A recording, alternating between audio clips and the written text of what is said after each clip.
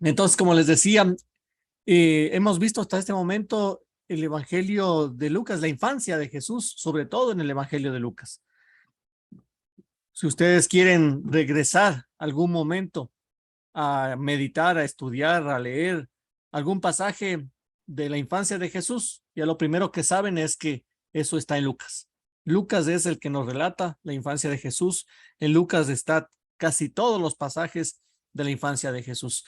Mateo también tiene, pero Mateo solamente tiene el nacimiento de Jesús y Jesús cuando es llevado a Egipto porque el rey Herodes quería asesinar a todos los niños. Pero todo, la mayoría está en Lucas, ¿no? Entonces, a partir de ahora, a partir de la lección de hoy día, que vamos a ver el bautismo de Jesús, el tema de Juan el Bautista, el tema del desierto, ya comienzan los tres evangelios paralelos. ¿Se acuerdan cuáles eran los evangelios sinópticos? Lucas, Mateo y Marcos, ¿no es cierto?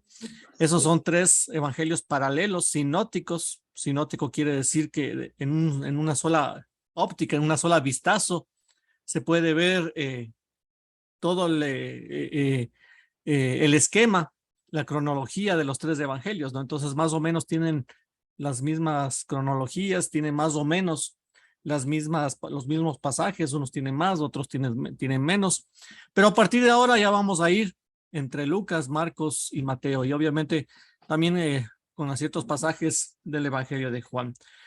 Pero vamos entonces a comenzar con el tema de hoy, Juan el Bautista y el desierto. Les voy a compartir la pantalla para comenzar ya. Entonces, antes de comenzar con Juan el Bautista, la pregunta siempre, como hacía Jesús, ¿no? Jesús como maestro, los maestros judíos hasta el día de hoy siempre responden una pregunta con otra pregunta. Y una vez, y los jesuitas también tienen esa manera de responder. Entonces hay un chiste que dice y le preguntan a un jesuita, ¿y por qué siempre ustedes responden una pregunta con otra pregunta? Y el jesuita le responde, ¿y por qué no? Entonces, para la pregunta del día es, ¿quién fue Juan el Bautista o qué conocen ustedes de Juan el Bautista?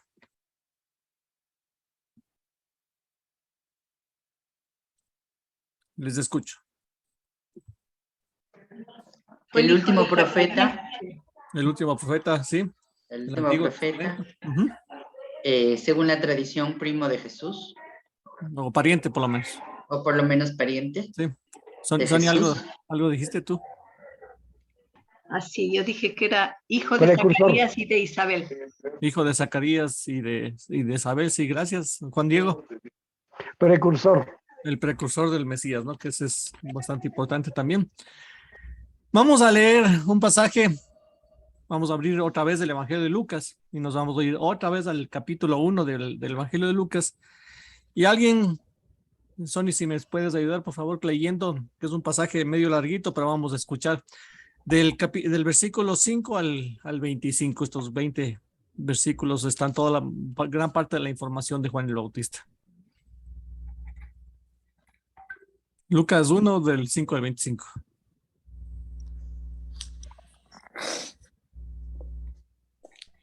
¿Puedo leer?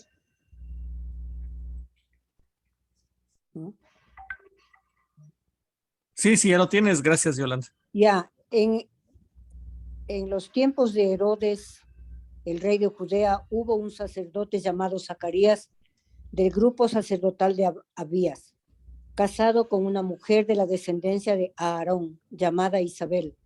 Ambos eran irreprochables ante Dios y seguían escrupulosamente todos los mandamientos y preceptos del Señor, pero no tenían hijos, porque Isabel era estéril y los dos eran ya de edad avanzada. Estaba un día Zacarías ejerciendo el servicio sacerdotal, tal como le correspondía por el turno a su grupo. Según el rito sacerdotal, le tocó en suerte entrar en el santuario del Señor a ofrecer el incienso. Todo el pueblo estaba orando fuera mientras él ofrecía el incienso. Y el ángel del Señor se le apareció de pie a la derecha del altar del incienso. Al verlo, Zacarías se asustó y tuvo miedo. Pero el ángel le dijo: no temas, Zacarías, tu petición ha sido escuchada. Isabel, tu mujer te dará un hijo al que pondrás por nombre Juan. Te llenará de gozo y alegría, y muchos se alegrarán de su nacimiento, porque será grande ante el Señor. No beberá vino ni licor, quedará lleno del Espíritu Santo desde el seno de su madre y convertirá a muchos hijos de Israel al Señor su Dios. Será el precursor del Señor con el espíritu y poder de Elías para reconciliar a los padres con sus hijos, para inculcar a los rebeldes la sabiduría de los justos y para preparar al Señor un pueblo bien dispuesto. Zacarías dijo al ángel: ¿cómo sabré que así sucederá? Porque yo soy viejo y mi mujer avanzada en años. El ángel le contestó: yo soy Gabriel, que estoy en la presencia de Dios y he sido enviado para hablarte y darte esta buena noticia. Pero tú te quedarás mudo y no podrás hablar hasta que tenga un lugar estas cosas, por no haber creído en mis palabras que se cumplirán a su tiempo. El pueblo, entre tanto, estaba esperando a Zacarías y se extrañaba que tardara tanto en salir del santuario.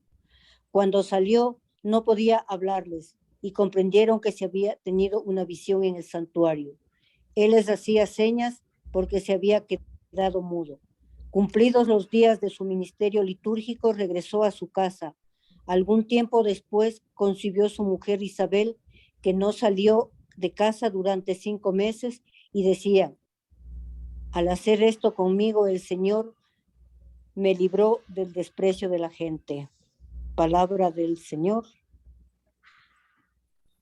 ¿Sí o no? Gloria a ti, Señor Jesús. Todavía. Muchas gracias. Yo estaba con el micrófono apagado.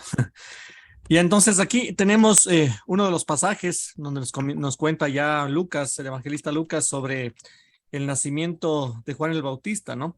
Nos dice algunas cosas muy importantes. Antes, haciendo un paréntesis también a lo que hemos leído, la Iglesia Católica celebra el nacimiento de Juan el Bautista el 24 de junio. 24 de junio es el nacimiento de Juan el Bautista.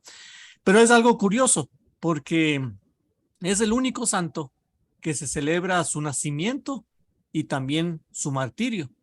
Generalmente los santos, la gran mayoría de los santos, si no todos creo, la fiesta del santo es el día de su muerte. Ese es el día en que se celebra y se recuerda a ese santo. Porque es el día del nuevo nacimiento, ¿no? Es el día del nacimiento a la eternidad, a la nueva vida.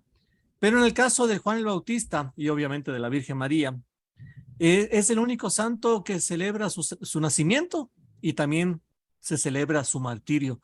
El día del nacimiento de Juan el Bautista es el 24 de junio y el día del martirio de Juan el Bautista es el 29 de agosto. Entonces eso es simplemente para que lo tengan en cuenta, ¿no? Que es un dato interesante. Y otro dato interesante es que no sé si ustedes ven una relación entre el nacimiento de Juan el Bautista, la fecha del nacimiento de Juan el Bautista que la Iglesia Católica celebra, y la fecha del nacimiento de Jesús. Jesús nació el 24 o 25 de diciembre, pero como el Evangelio de Lucas nos dice en el anuncio que Isabel ya estaba 6 meses adelantada, digámoslo así, en el embarazo, estaba ya de 6 meses cuando el ángel anunció a María. Entonces, justo 6 meses antes, retrocedemos 6 meses de diciembre hasta junio, y por lo tanto es el nacimiento del Juan el Bautista el 24 de junio, ¿no? Es un dato también interesante. Obviamente no son fechas exactas, científicamente comprobadas, sino que son fechas que la iglesia va poniendo. Por ejemplo, en el caso de la Navidad, en el caso de la Navidad se pone la fiesta el 24 o 25 de diciembre, porque en esos días, como es el día más oscuro del año en el hemisferio norte, el día 24 o 25 de diciembre es la noche más larga.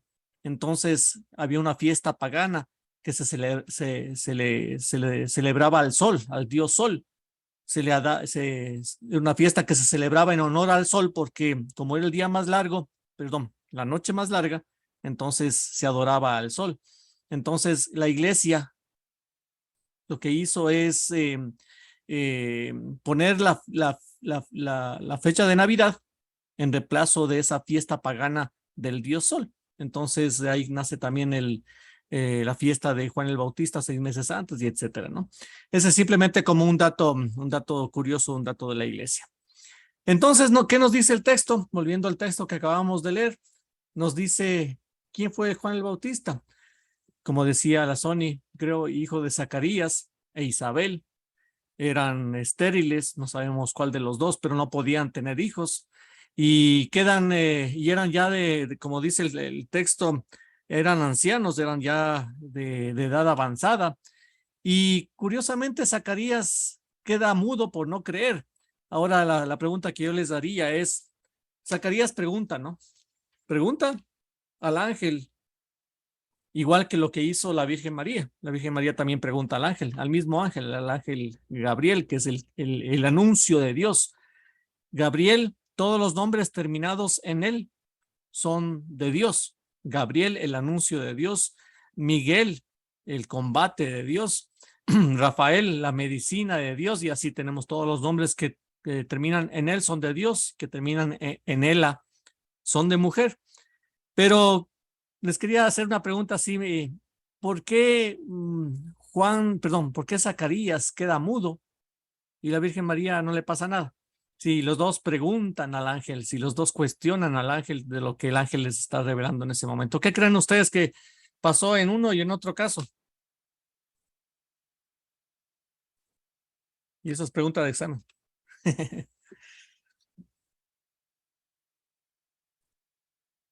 ¿Alguien?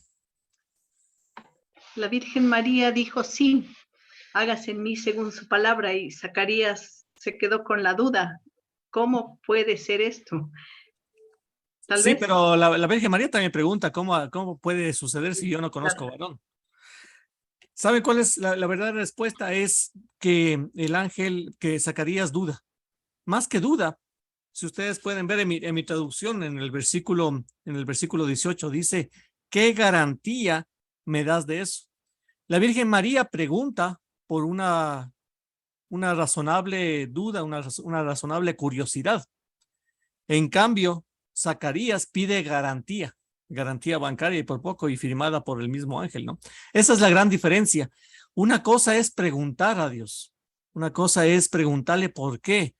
A veces no recibiremos respuesta, pero otra cosa muy diferente es pedir garantías al Señor, pedir seguridades. Y por eso es que es eso, como decías tú, Sony, tiene un poco de falta de fe, ¿no es cierto? Pedir una garantía es pedir que se le firme una letra de cambio, porque para ver si eso es cierto o no. Y esa es la principal diferencia entre la pregunta que hace María al ángel y la pregunta que hace Zacarías al ángel. Y por eso queda mudo, como una señal de que calle, que escuche más, que aprenda a tener más fe, ¿no? En la visitación es lleno del Espíritu Santo. Cuando la Virgen María va en Lucas 1:41 a visitar a su prima, a su pariente Isabel, queda lleno del Espíritu Santo y salta de gozo. Y se sabe que desde ese momento queda consagrado ya para su misión.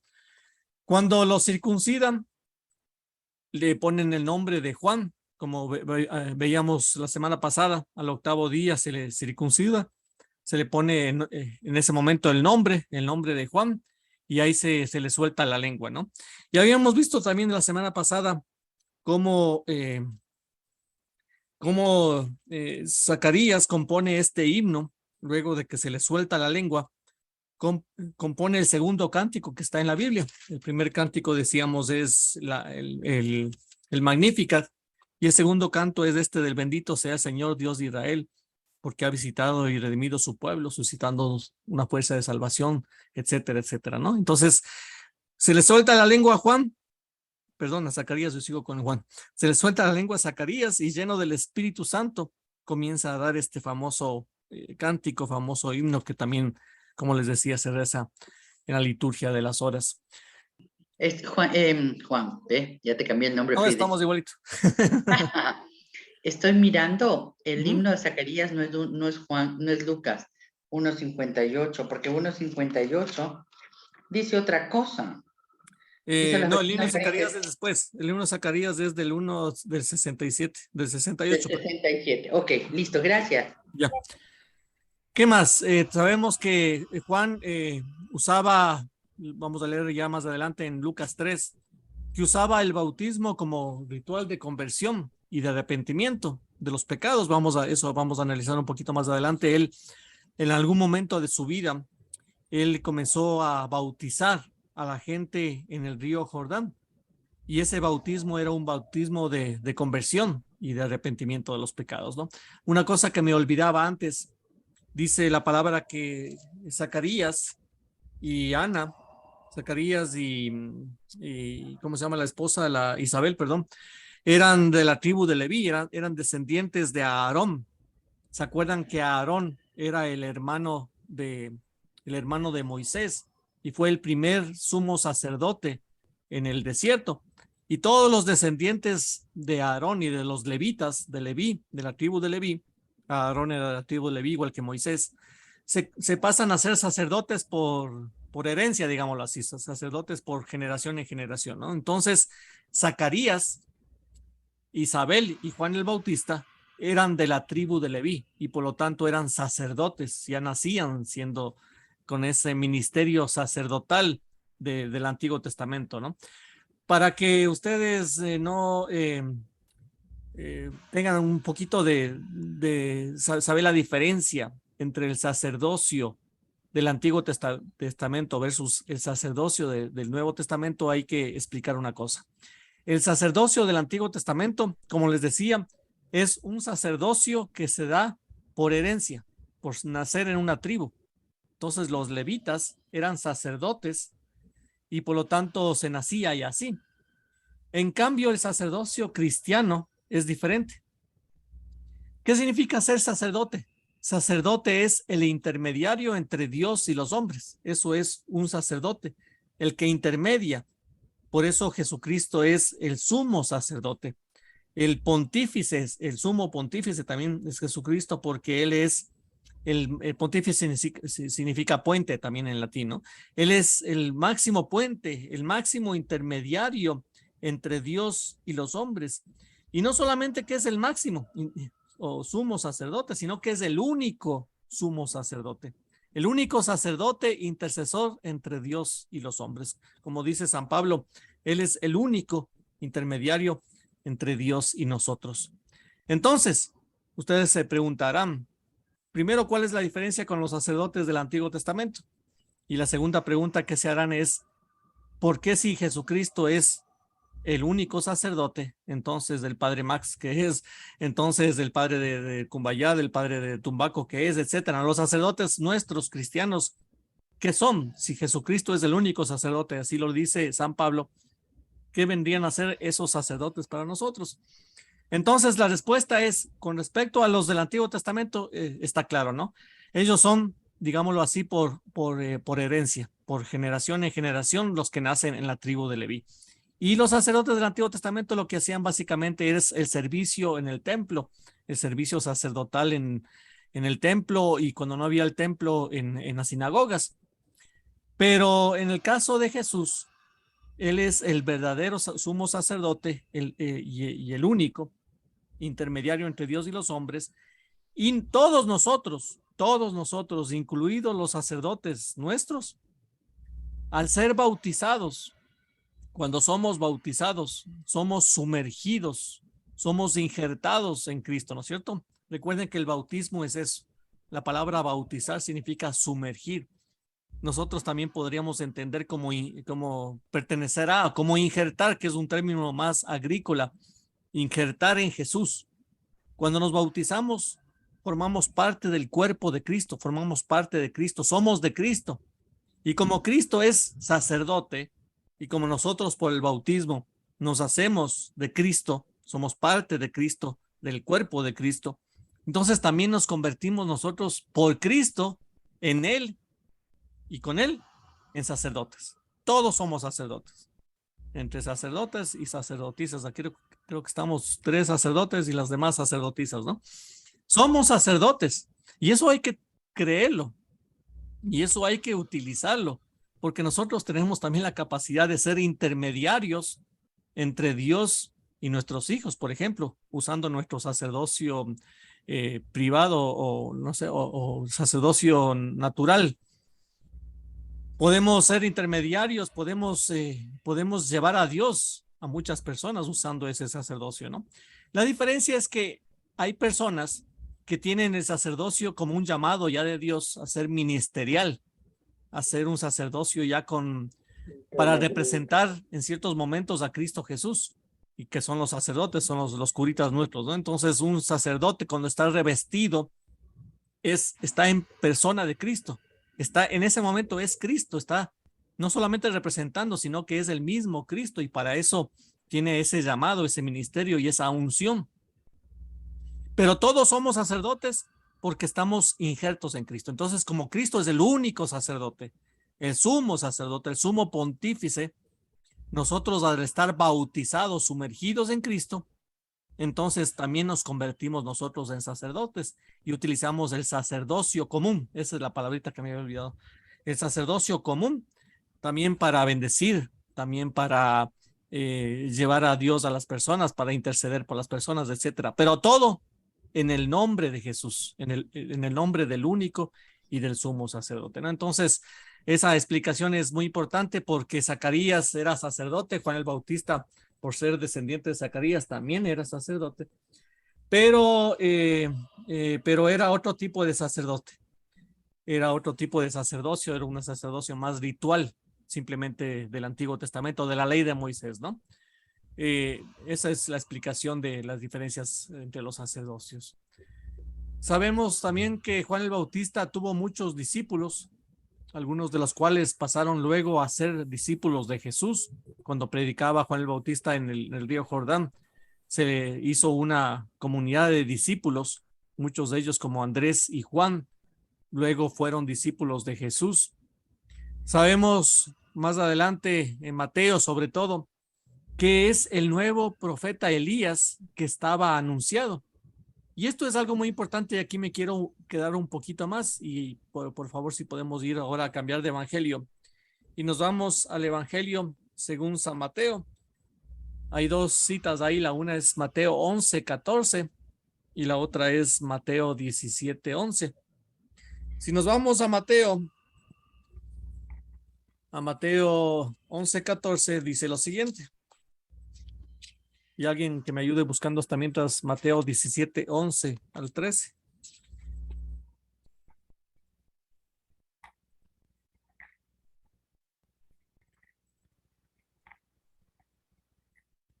Mateo 11:14 dice lo siguiente, ¿no? Voy a leer desde un poquito antes para ir entendiendo. Es un capítulo que Mateo trata sobre, la primera parte del capítulo sobre Juan el Bautista. Y dice, desde los días de Juan el Bautista hasta ahora el reino de los cielos sufre violencia y gente violenta intenta arrebatarlo. Hasta Juan todos los profetas y la ley eran profecía. Y si ustedes están dispuestos a aceptarlo, él es Elías el que debía venir. Eso dice Jesús, ¿no? Elías, Juan el Bautista es el Elías el que debía venir.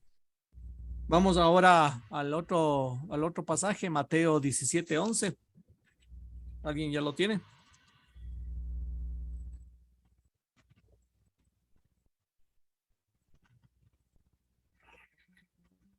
Mateo 17:11 al 13. Mateo 11 del Comencemos 17. Comencemos desde el 10 para entenderle un poquito. Mateo 17:10 al 13. 17:10. Los discípulos le preguntaron, ¿por qué dicen los maestros de la ley que Elías ha de venir primero? Contestó Jesús, bien es cierto que Elías ha de venir para reordenar todas las cosas, pero créanme, ya vino Elías y no lo reconocieron, sino que lo trataron como se les antojó, y así también harán sufrir al Hijo del Hombre. Entonces los discípulos comprendieron que Jesús se refería a Juan el Bautista. Gracias, Sonia. Algo ibas a decir, Ruth, Ruth, algo ibas a decir. No, lo que pasa es que iba a leer, pero mi audio es muy bajo, así que Gracias. Ya.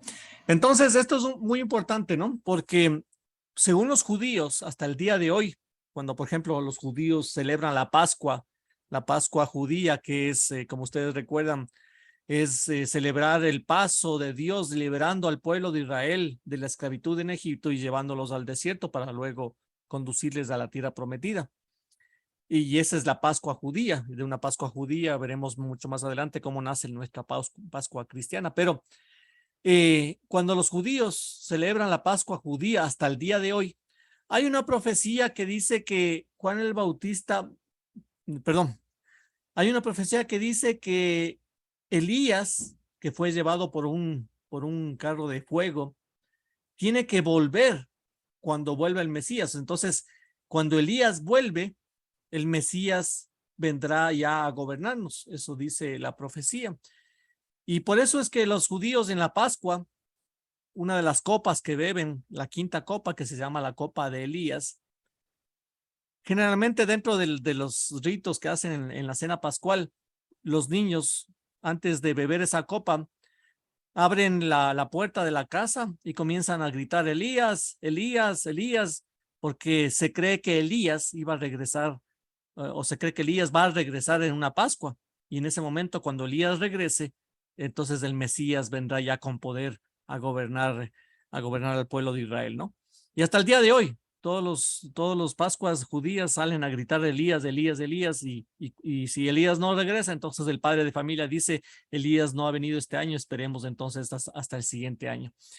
Esta profecía nos decía que Elías tenía que volver, y Jesús nos dice claramente que Elías es el Juan el Bautista.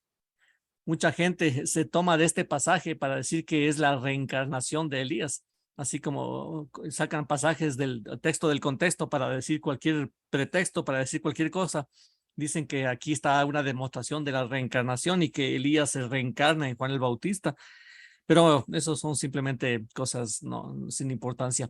Lo que debemos saber nosotros es que Juan el Bautista cumple la profecía que no está ahí en Malaquías 3, 23 al 24, que el profeta dice, o Dios dice a través del profeta, yo les voy a enviar a Elías, el profeta, antes de que llegue el día del Señor grande y terrible. Él hará volver el corazón de los padres hacia sus hijos y el corazón de los hijos hacia sus padres, para que yo no venga a castigar el país con el exterminio total. Entonces, esta profecía de Malaquías nos dice que Elías, que Dios iba a enviar al profeta Elías, que fue arrebatado en un carro de fuego, para que antes de que llegue el día del Señor grande y terrible, como dice ahí, ¿no? Y Juan el Bautista es la confirmación de la profecía de Malaquías. Juan el Bautista, en boca del mismo Jesús, escuchamos que él dice, él es Elías, el que tenía que venir. Esto es un dato muy importante porque a veces no tenemos mucha conciencia de esto, ¿no? Y vienen ahí algunos trasnochados de la nueva era que no tienen nada de nueva porque la nueva era es más antigua que el mismo Juan el Bautista. y nos vienen a decir que estos son pasajes que nos hablan de la reencarnación y no tienen nada que ver, ¿no? ¿Qué más podemos decir de Juan el Bautista? Que cuando aún estaba en la cárcel, ustedes recuerdan que Juan el Bautista fue apresado ¿por qué? Porque Herodes se casó con su cuñada, así vendría a ser, ¿no es cierto?, la esposa de su hermano. Y como se casó con la esposa de su hermano, entonces Juan el Bautista le comenzó a sacar en cara eso y le decía que eso está muy mal. Y Herodes eso no le gustaba y lo mandó a encarcelar, a pesar de que se dice de que Herodes tenía mucho respeto por Juan el Bautista, pero en todo caso le mandó a apresar. Y cuando aún estaba en la cárcel, dudó de si Jesús era el Mesías. Esto es un tema muy importante, ¿no? Como hablábamos la vez pasada, todos los personajes de la Biblia son seres humanos. Todos los personajes de la Biblia son personas que van descubriendo su vocación, que van descubriendo su misión, que van entrando en un proceso de conocer a Dios, de conocer y que tienen crisis. Hablando del mismísimo Elías, Elías tiene la crisis de deprimirse una vez que venció a los profetas de Baal, de los profetas de la reina. Se huyó al desierto y se puso debajo de un árbol, y debajo del árbol dice la palabra que él quiso morirse y que le dijo a Dios, ya no quiero vivir, ya hasta aquí nomás llegué. Y Dios le respondió, Elías, come y bebe, que falta mucho por caminar. Entonces vemos como un profeta del nivel de Elías, que representa el profetismo de Israel. Es el profeta más grande de Israel. Así como Moisés es el sinónimo de la ley. Moisés es la imagen de la ley del nuevo pueblo, del pueblo de Israel. Isaías es la imagen, ay, estoy bien torpe hoy día. Elías es la imagen del profetismo de Israel, es el representante de los profetas de Israel. Por eso es que Jesús en la transfiguración vemos cómo está conversando con Moisés y con Elías. Eso quiere decir que Jesús es la plenitud del profetismo y que Jesús es la plenitud de la ley, ¿no? Pero volviendo al tema de Elías se deprime, y Juan el Bautista tiene dudas de si en verdad el que tenía que venir era Jesús, si en verdad él era el Mesías. Y vamos a leer esos 4 versículos de Mateo 11, del 2 al 6. Si alguien me ayuda, por favor, Mateo 11, del 2 al 6.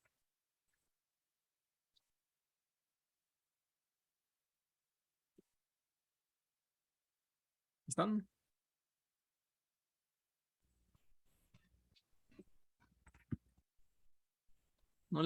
Ahorita no les puedo ver, no sé qué pasó con mi pantalla. Ahí está. Intento, ¿se me escucha? Sí, ahí sí.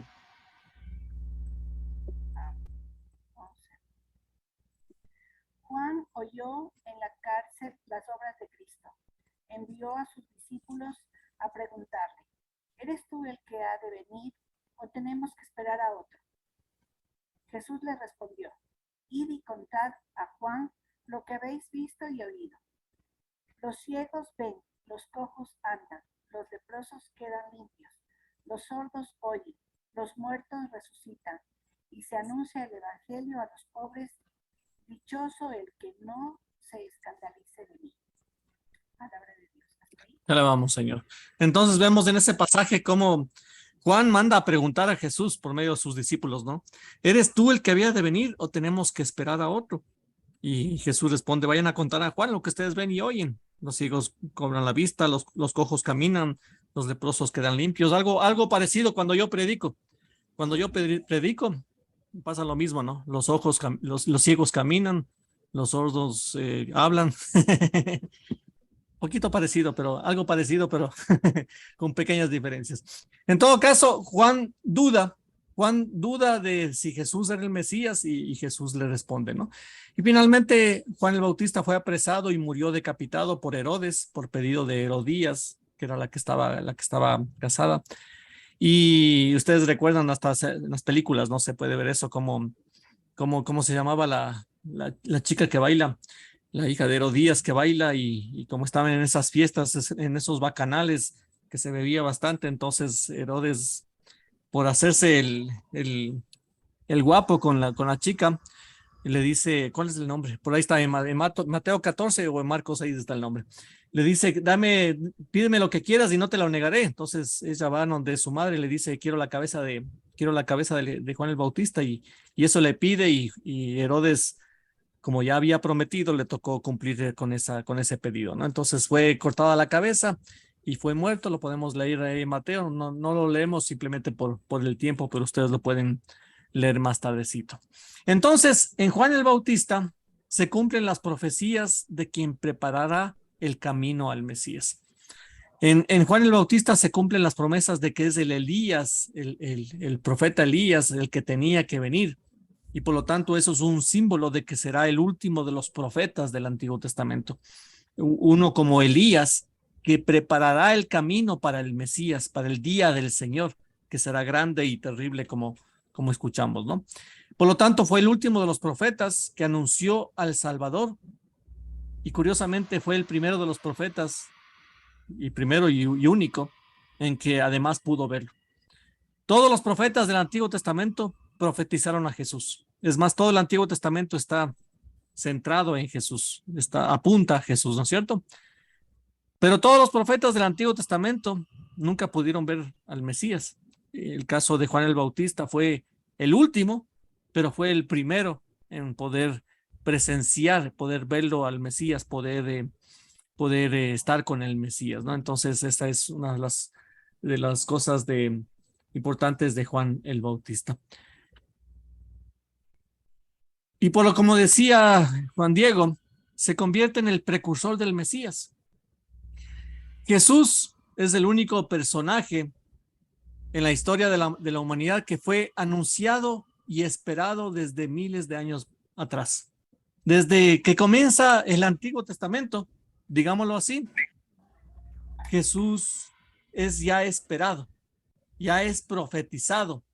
Jesús, a partir del Génesis, a partir de las promesas a Abraham, las promesas a Jacob, las promesas a Moisés, al rey David, como veíamos al rey David, ¿se acuerdan de esa promesa que decía que un descendiente de su casa será el nuevo rey que gobernará sin fin? Todas esas promesas ya estaban en Jesucristo. Por lo tanto, Jesús es el único personaje en la historia que fue anunciado y esperado ya desde miles de años atrás. Pero ¿por qué era necesario un precursor? ¿Qué hubiera pasado si no hubiera nacido un Juan el Bautista? ¿Por qué Jesús o por qué Dios escogió a un precursor para que predique antes de que llegue Jesús? ¿Qué creen ustedes? Así como se acuerdan cuando habían las famosas sabatinas que se mandaba a gente en el anterior gobierno para preparar todas las cosas para que cuando llegue el presidente ya estaba todo listo y la gente ya le espere. Tomando ese ejemplo como más o menos como una comparación, es más o menos ese sentido, ¿no? Es el mismo sentido que tiene el hambre. Si uno tiene alimento pero no tiene hambre, no come. Jesús es el alimento y podríamos decir que Juan es el hambre. En otras palabras, Juan es el que comienza a abrir el apetito, comienza a dar hambre al pueblo. ¿Hambre de qué? Hambre de salvación, hambre de justicia, hambre de paz, hambre del Mesías. Y eso es lo que hace Juan el Bautista, ¿no? Comienza a preparar los corazones, comienza a dar hambre y sed de Dios. Comienza a preparar el camino para que cuando llegue el Mesías ya le estén esperando, ya haya un buen número de gente que esté esperando esa llegada del Mesías, ¿no? Jesús viene con una oferta de gracia, pero si no hay un llamado a la conversión, poco hace la gracia. Jesús viene con la gracia a transformar corazones, pero ya tenía que haber una preparación previa para que la gente acepte esa gracia. Si no hubiera habido Juan el Bautista, el ministerio de Jesús seguramente pudo haber sido mucho más difícil, ¿no? Comenzar desde cero prácticamente. En cambio, cuando llegó Jesús, gracias a Juan el Bautista, ya estaba preparado más o menos el camino, por lo menos ya había un buen grupo de gente que estaba en un proceso de conversión, en un proceso de hacer bien las cosas, ¿no? Entonces, era necesario un precursor que despertara la conciencia del pueblo, invitando a la conversión, alguien que despierte ese hambre de la salvación. Entonces, esto es lo que hace Juan el Bautista. Es como los vendedores, ¿no es cierto? Los buenos vendedores. ¿Qué hacen un buen vendedor? Primero crean la necesidad y luego venden el producto, como los vendedores de Herbalife. No sé si hay aquí alguien. Primero le hablan a uno de lo que está enfermo y después le venden el remedio, ¿no? Entonces eso más o menos es el tema de Juan el Bautista, un precursor que está señalando ya y preparando al pueblo para la venida del Salvador. Ahora una pregunta que nosotros nos podríamos hacer. ¿Para quién hemos sido nosotros Juan el Bautista? Y también recordar un poquito quién fue para nosotros un Juan el Bautista. ¿A qué me refiero? ¿Quién nos llevó o quién nos preparó el camino para el encuentro con el Mesías, con el Señor, con el Maestro? Por ejemplo, solo por dar un ejemplo, ¿quién nos llevó al retiro? Podría ser un ejemplo, el retiro de Maús o cualquier otro retiro de otros movimientos. ¿Quién fue nuestro Juan el Bautista? El precursor, el que nos abrió, el que nos calentó el corazón, el que nos invitó. Pero la pregunta más importante, creo yo, que debemos hacernos es ¿para quién somos nosotros un Juan Bautista? ¿Para quién somos el precursor del Mesías? ¿A quién hemos abierto el camino? Y si tal vez la respuesta es a ninguno, a nadie todavía, bueno, todavía siempre hay tiempo para comenzar a ser el Juan el Bautista de alguien más, ¿no? El precursor, el Mesías, el que abre el camino, el que calienta el corazón, el que produce el hambre y la sed de Dios, el que lleva en definitiva a Jesús. Entonces, eso es una pregunta para la conciencia del hermano Freddy. Continuemos entonces y vamos a hablar un poquito del tema de la conversión. Juan invitaba a la conversión al otro lado del Jordán. Se sabe que Juan el Bautista predicaba y bautizaba al otro lado del río Jordán. Este mapita que siempre vemos, donde está todas las provincias de Siria, del Imperio Romano en ese tiempo, Judea, Samaria, Galilea principalmente. Aquí está el lago de Tiberíades, abajo está el Mar Muerto, entre los dos lagos está el río Jordán, y aquí está una ampliación de donde predicaba Juan el Bautista, ¿no? Entonces, si podemos ver en el gráfico de la izquierda, aquí está Jericó, en la provincia de Judea, aquí está el río Jordán y aquí está la provincia de Perea, un poquito más ampliado. Aquí está Jericó, Jericó tiene un camino de Jerusalén, ¿no? Y aquí está el Jordán y aquí está al otro lado Perea. ¿Por qué predicaba ahí? ¿Por qué Juan el Bautista predicaba afuera del río Jordán? Digámoslo así, que el río Jordán era como el límite de la tierra prometida. Del río Jordán para acá, para la izquierda, para el oeste o para el occidente nuestro, es la tierra prometida. Cuando Josué conquistó la tierra prometida, cuando el pueblo de Israel estuvo esos 40 años en el desierto, murió Moisés, y luego el sucesor de Moisés fue Josué, y de la mano de Josué entraron a conquistar la tierra prometida. Estaban afuera del Jordán, digámoslo así, que estar al otro lado del Jordán quiere decir que estaban fuera de la tierra prometida, fuera de la tierra de las promesas. Y cuando entra Josué, pasa el río Jordán, y la primera ciudad que conquista Josué, ¿cuál fue? Jericó. El famoso relato de las murallas de Jericó, que se dio en 7 días, dando 7 vueltas cada día con el sonido de las trompetas, etcétera, ¿no? Y cuando conquista Jericó, comienza ya la conquista de la tierra prometida y va conquistando todo Josué hasta llegar a tener toda la tierra prometida que Dios ya le había prometido. Entonces, esto es un tema muy simbólico, muy bonito también, porque lo que está haciendo Juan el Bautista es salir de la tierra prometida, de la tierra de las promesas, regresar otra vez al desierto de Perea, al otro lado del Jordán, para ahí volver a decir a la gente que tiene que cambiar, que tiene que convertirse, que debe haber un nuevo pueblo, una nueva conversión, que se debe cambiar de vida para volver otra vez a entrar a las promesas de Dios.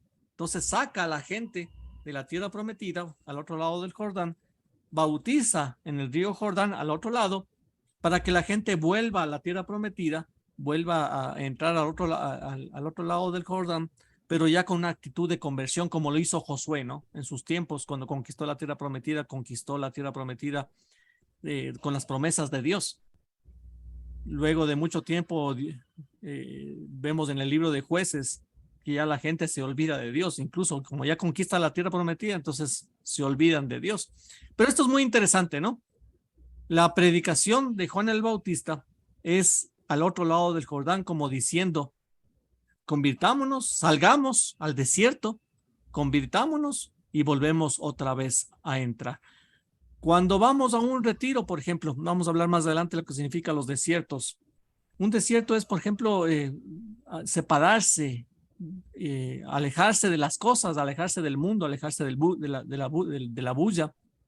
Cuando vamos a un retiro, por ejemplo, estamos haciendo una especie de algo similar, ¿no? Saliendo de nuestro mundo y escuchando a Dios en el desierto y regresando otra vez a la vida común y corriente, algo así parecido, ¿no?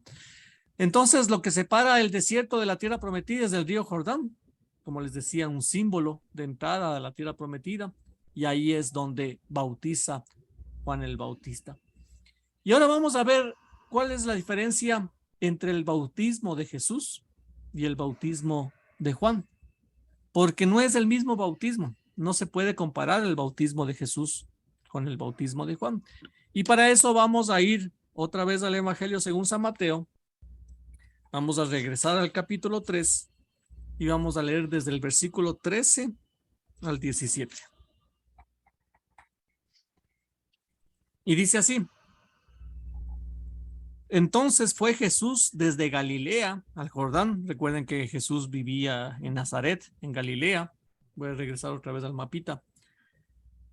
Entonces fue Jesús desde Galilea al Jordán y se presentó a Juan para que lo bautizara.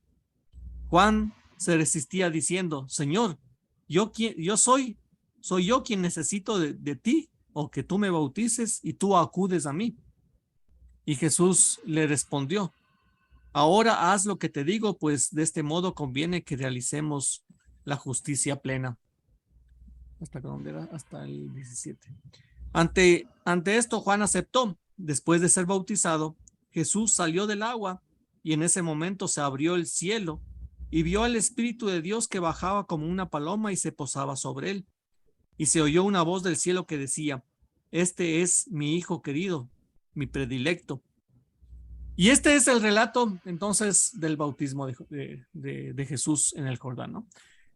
El bautismo de Juan es en el agua y el bautismo de Juan es un bautismo, es un rito de arrepentimiento, de conversión y de purificación. Entonces, ¿qué es lo que hacía Juan? Juan lo que hacía con su bautismo era arrepentirse de los pecados. Arrepiéntense de los pecados y conviértanse al Señor. Eso es lo que hacía Juan, ¿no? Entonces, se sumergían en el agua como un ritual de limpieza de los pecados, de conversión, de arrepentimiento. Ese es el bautismo de Juan. Como él mismo dice: yo les bautizo en el agua en señal de arrepentimiento. Pero detrás de mí viene uno con mucho más autoridad que yo, y no soy digno de quitarle sus sandalias. Él los bautizará con el Espíritu Santo, como acabamos de leer en el versículo 11 del capítulo 3, ¿no?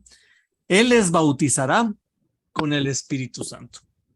Entonces, la primera pregunta es, Jesús pide que Juan lo bautice, y seguramente preguntamos: ¿y por qué necesitaba Jesús recibir el bautismo? Si Jesús no tenía pecado, no tenía de qué arrepentirse, y Jesús le dice: ahora conviene que hagas lo que te digo y que realicemos la justicia plena. Y la respuesta a esta pregunta: ¿necesitaba Jesús recibir el bautismo?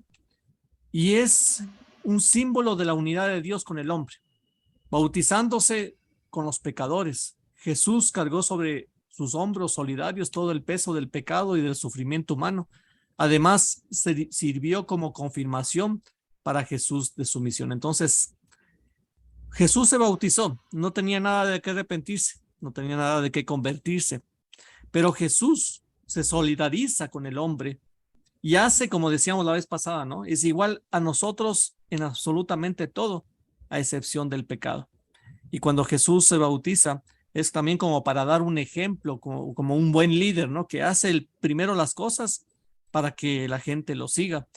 Y lo hace sobre todo para, también recibe una especie de confirmación.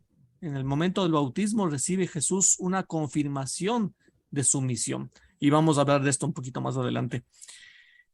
Y por eso al día siguiente nos dice el Evangelio de Juan: ve a Jesús venir hacia él y dice: he ahí el Cordero de Dios que quita el pecado del mundo. Y yo no le conocía, pero el que me envió a bautizar con agua me dijo: aquel sobre quien veas que baja el Espíritu y se queda sobre él, ese es el que bautiza con el Espíritu Santo. Entonces, en el Evangelio de Juan, que es más profundo, nos está diciendo algo parecido, ¿no? El bautismo de Juan es de arrepentimiento y de conversión, pero vendrá el que nos bautizará con el Espíritu Santo. El Cordero de Dios que quita el pecado del mundo será el que nos va a bautizar con el Espíritu de Dios. Por lo tanto, el bautismo de Jesús es un sacramento y es en el Espíritu Santo. Y esta es la gran diferencia con el bautismo de Juan, ¿no? Entonces, el bautismo de Juan es conversión, arrepentimiento, una purificación de los pecados, por así decirlo, mientras que el bautismo de Jesús es un sacramento. ¿Qué quiere decir eso? ¿Qué es un sacramento? Quiere decir que es la acción de Dios todavía en el día de hoy, haciendo que nosotros, como decíamos hace un momento, nos sumerjamos en Cristo por medio del Espíritu Santo.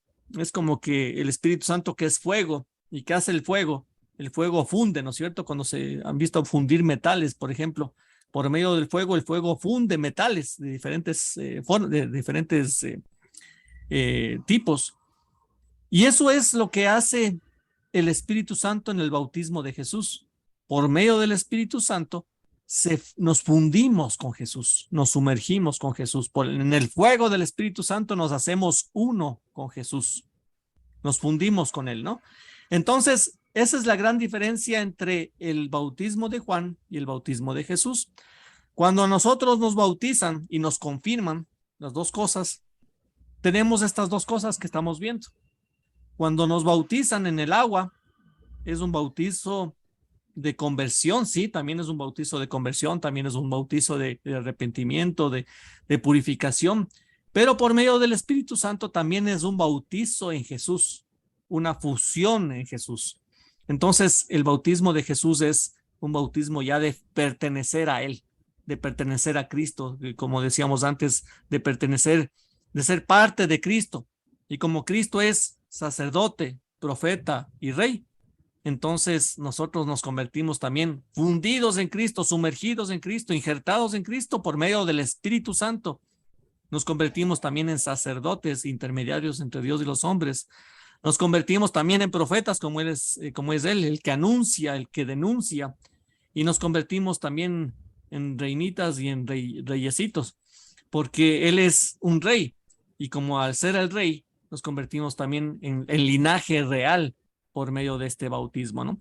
La única diferencia entre las sectas protestantes, muchas veces de corte más bien de la teología de la prosperidad, que dicen que tú eres rey y como rey te mereces todo lo mejor, ¿no?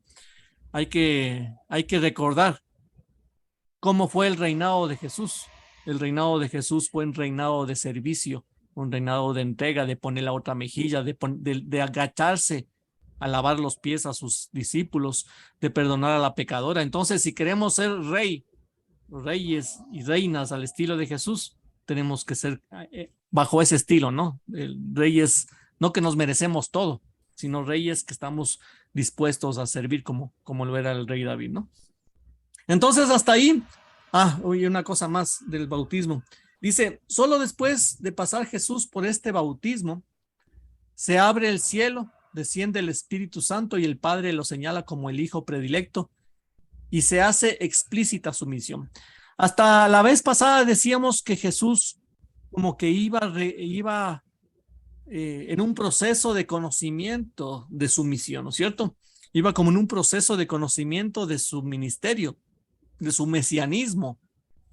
Y en este momento es cuando se confirma el mesianismo de Jesús. En este momento es cuando Jesús recibe esa confirmación. Por eso también es importante el bautismo de Jesús en el Jordán, porque en este momento recibe la confirmación de parte de Dios Padre de que Él es el Hijo predilecto. Y se nos dice que baja el Espíritu Santo, desciende, primero se abre el cielo. Segundo, el Espíritu Santo desciende en forma de paloma. Se escucha la voz del Padre, que Jesucristo es el Hijo predilecto y el amado. Y aquí se manifiesta por primera vez la Santísima Trinidad. Verán que hasta antes de Jesús solamente estaba Dios Padre, y Dios Padre enviaba su Espíritu, no a todo el mundo, sino a ciertas personas como los profetas, como los reyes, a los ungidos. Pero en este momento se manifiestan las tres personas de la Santísima Trinidad. Está el Padre, está el Hijo predilecto, el amado, y está el Espíritu Santo que desciende en forma de paloma. Y eso también es muy simbólico, muy... siempre se me olvida esa palabrita, como simbólico. Es muy interesante saber, por ejemplo, hablar de se abre el cielo.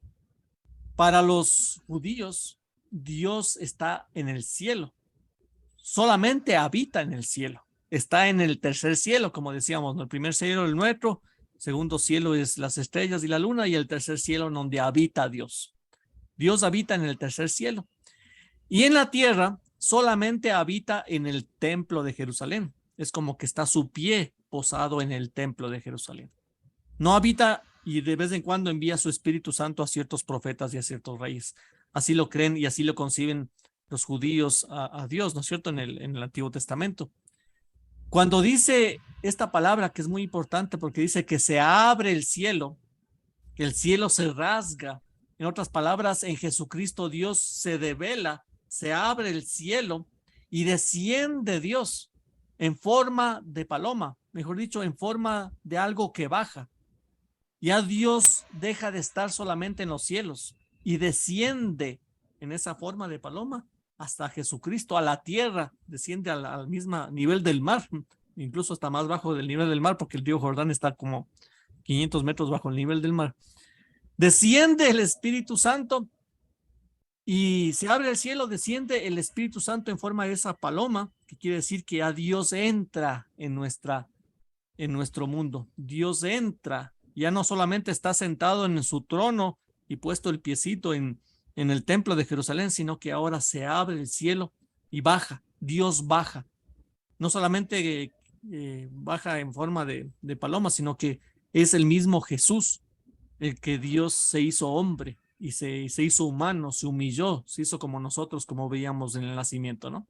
Y se escucha la voz del Padre. Entonces se escucha al Padre, se ve al Hijo y se siente al Espíritu Santo y se manifiesta en este pasaje por primera vez a la Santísima Trinidad, ¿no?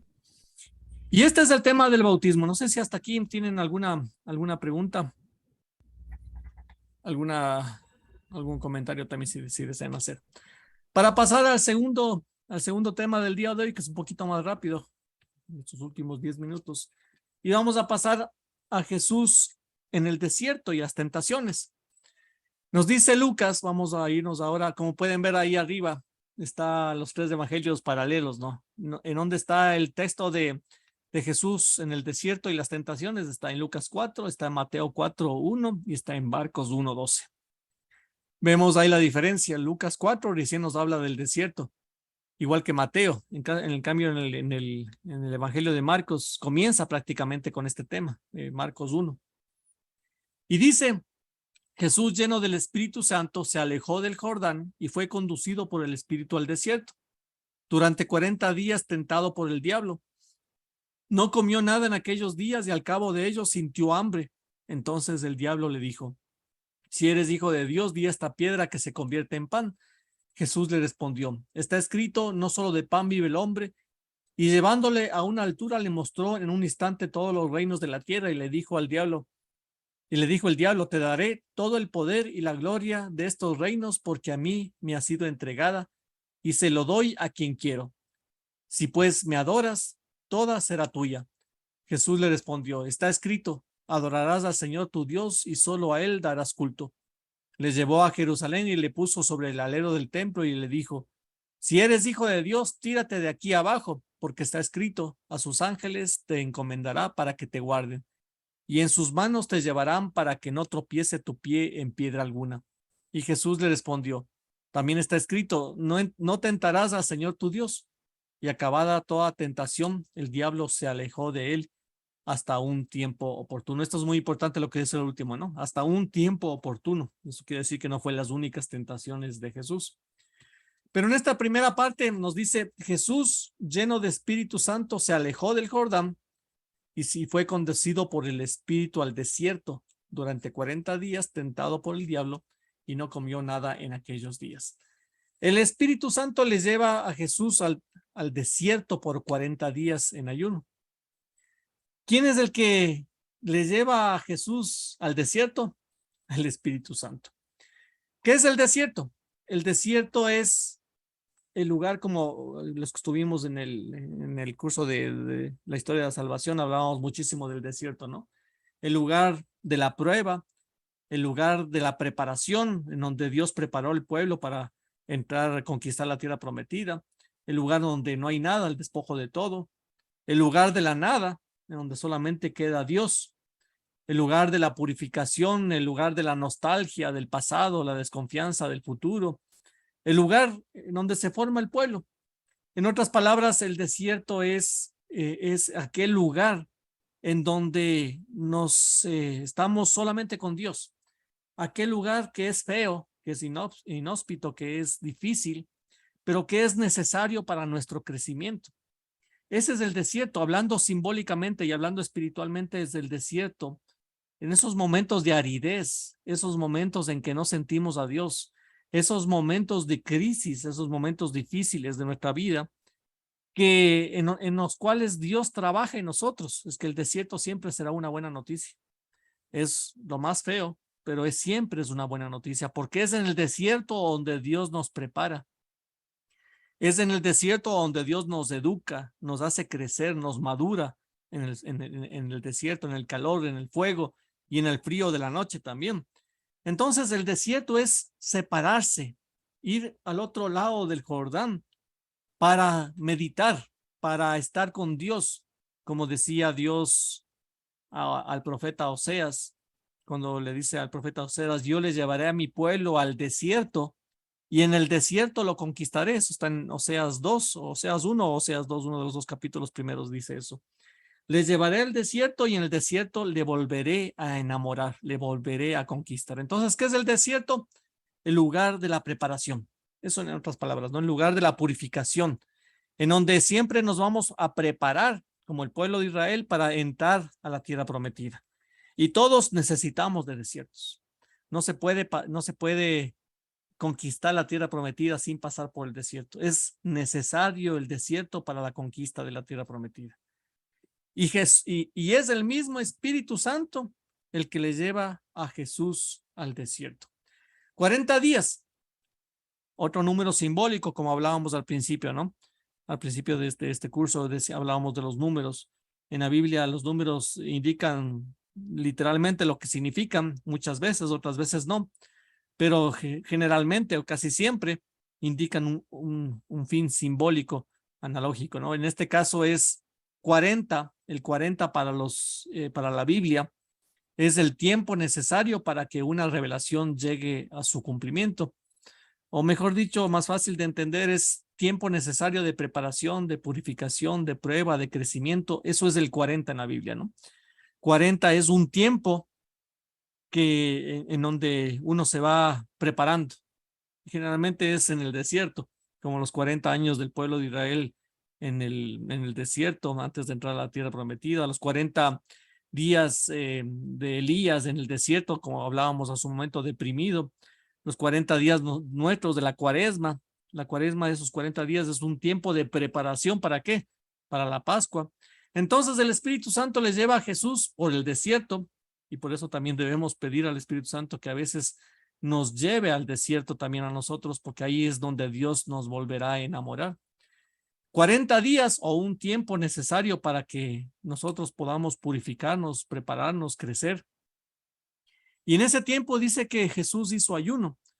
¿Qué es el ayuno? El ayuno es privarnos de alimentos, ¿no es cierto? Privarnos de alimentos. ¿Y eso qué significa?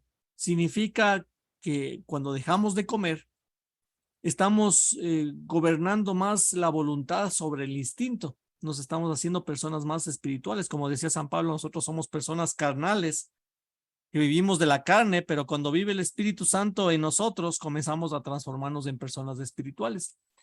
Y por lo tanto, cuando comenzamos a dominar nuestros instintos, nuestra carne, privándonos de alimento, comenzamos a ser personas más dóciles al Espíritu Santo. Eso quiere decir una persona espiritual, una persona que es más dócil al Espíritu Santo, que escucha y que obedece más al Espíritu de Dios. Por lo tanto, el ayuno nos sirve para eso, El ayuno nos sirve para vencernos, para vencer nuestros instintos, nuestra carne, nuestra humanidad. Y por eso poder ser más espirituales. El ayuno también nos hace reconocer que cuando nos privamos de alimento, que el alimento no es un derecho, o sea, sí es un derecho, pero cuando nos dejamos de comer, nos damos cuenta de que más que un derecho es un don, es un regalo de Dios. Estamos tan acostumbrados a comer cuando nos da hambre que nos olvidamos de que el alimento es un don de Dios, de que es un regalo. Y cuando nos privamos de alimento, como dice el refrán, ¿no? Nadie sabe lo que tiene hasta que lo pierde. Cuando dejamos de comer voluntariamente, nos damos cuenta de lo importante que era el alimento y damos gracias a Dios porque lo tuvimos y lo tenemos. Entonces el ayuno también nos ayuda a ser más agradecidos, nos solidariza con los que no tienen. Cuando ayunamos y nos da hambre, pensamos más en las personas que en realidad ayunan de a de veras porque no tienen para comer. Fortalece el espíritu, fomenta la oración. Yo escuchaba en una radio que decían que el mejor tiempo para aprender algo, hablaban por medio de un estudio científico, que si uno quiere aprender algo de mejor manera, tiene que hacer con hambre. Porque con el hambre, ahí explicaba, había una hormona, yo no sé, en el cuerpo que se activa como especie de defensa del cuerpo, y eso hace que la mente esté más, como más en emergencia, digámoslo así, porque necesita sobrevivir.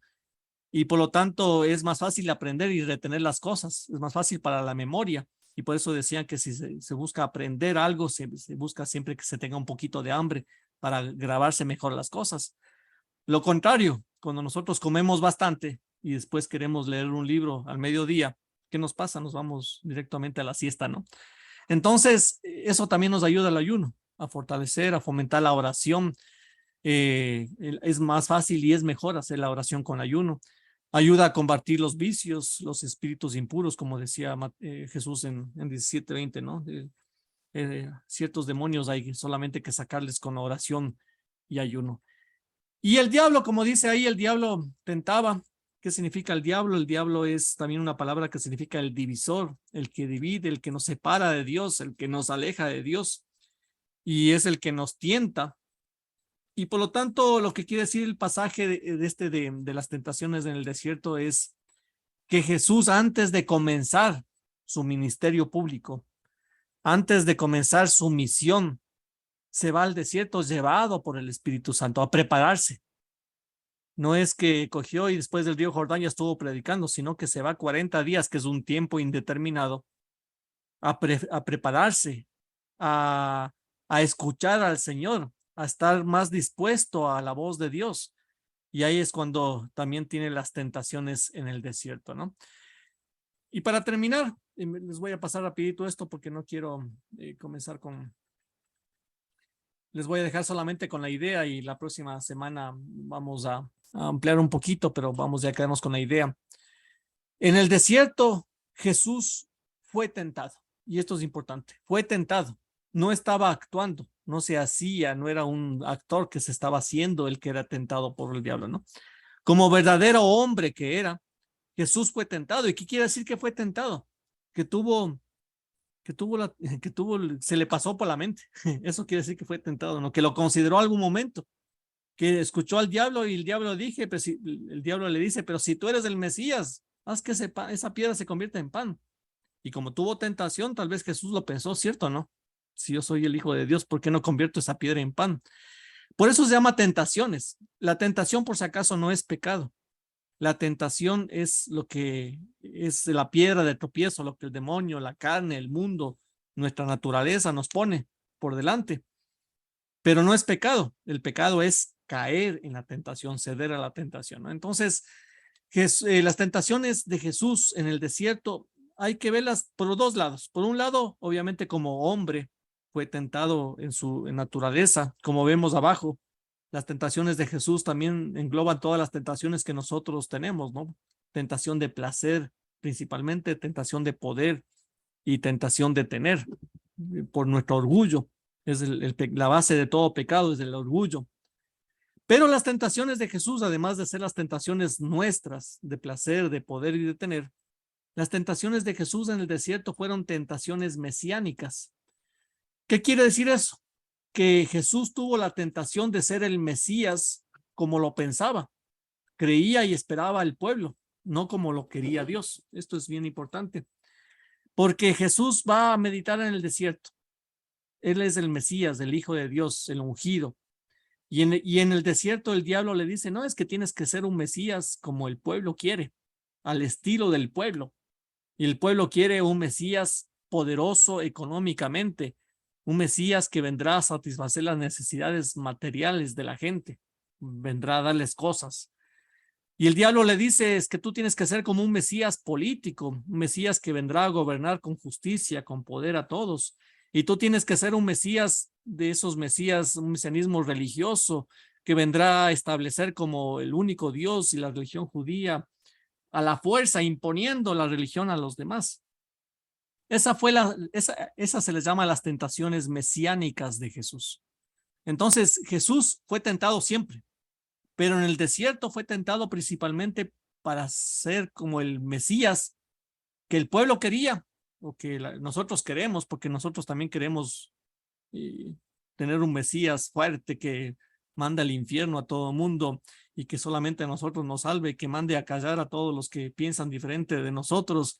También nosotros tenemos la tentación de querer un Mesías así, y es más, esperamos de Dios un Mesías o de Jesús un Mesías así glorioso, pero en la parte económica, política, y que imponga todas las demás religiones, la religión cristiana, etcétera, ¿no?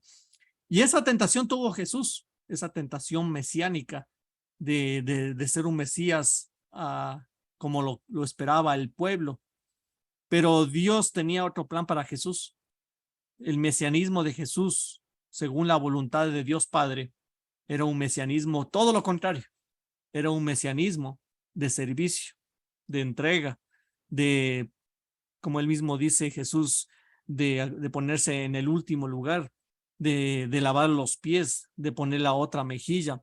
Por eso yo les decía, no sé si les decía a ustedes, el que se inventó, si es que en el caso de que el cristianismo fuera inventado por alguien, ¿no? Supongamos que a alguien se le ocurrió inventarse el cristianismo. Debió haber sido un loco porque se inventarse estas cosas. Y generalmente si uno se inventa más a la humanidad que uno es, a la venganza, al poder, al placer. Pero en este caso, Jesús nos dice todo lo contrario. El más poderoso es el que más sirve.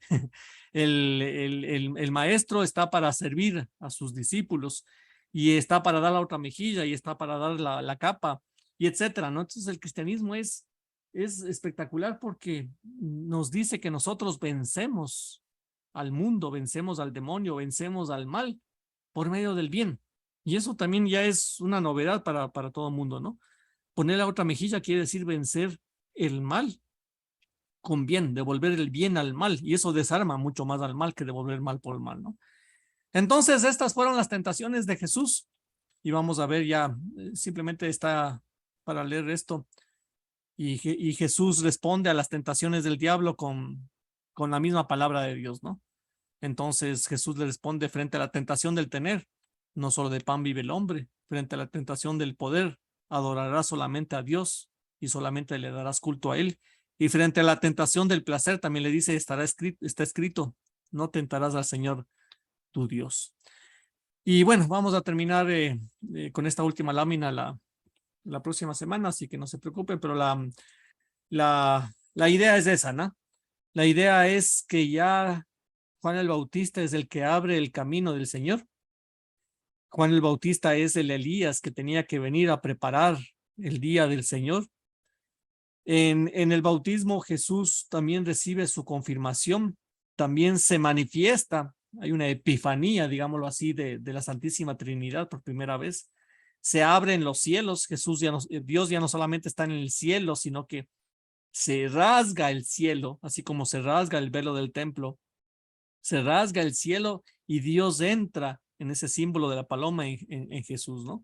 Dios se baja a Jesucristo.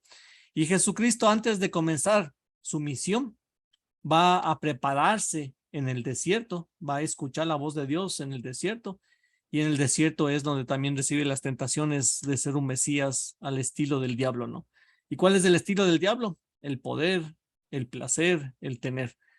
¿Y cuál es el mesianismo al estilo de Dios? el servicio, la entrega, la humildad y todo lo contrario al orgullo, ¿no? Entonces, ese es el resumen del tema del día de hoy. Y no sé si tienen alguna pregunta o alguna duda. Antes que se me duerma.